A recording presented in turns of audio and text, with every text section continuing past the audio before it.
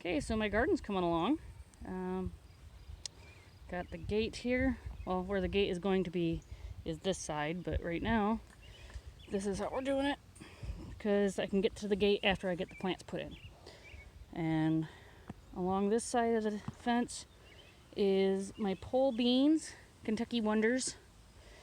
And then I have zucchinis, cucumbers, yellow crookneck squash, a volunteer hard squash, winter squash that I had last year, and some butternut squash.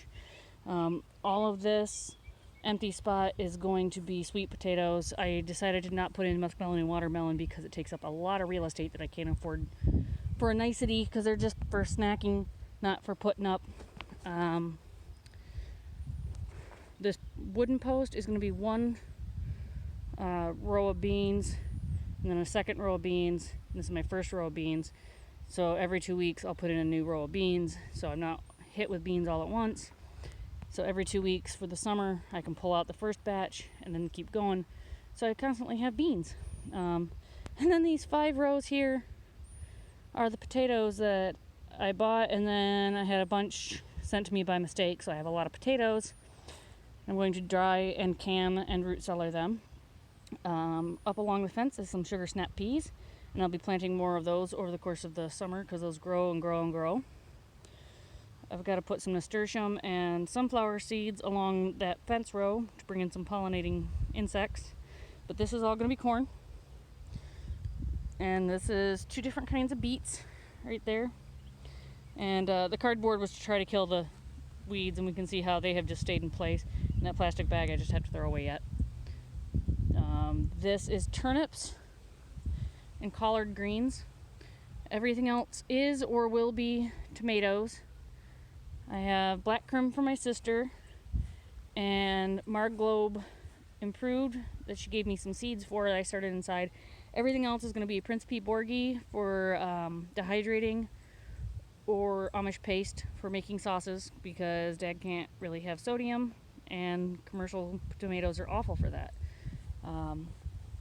A black from Tula tomato that my neighbor guy gave us, and these are my self-irrigated, self-watering, sub-irrigated planters.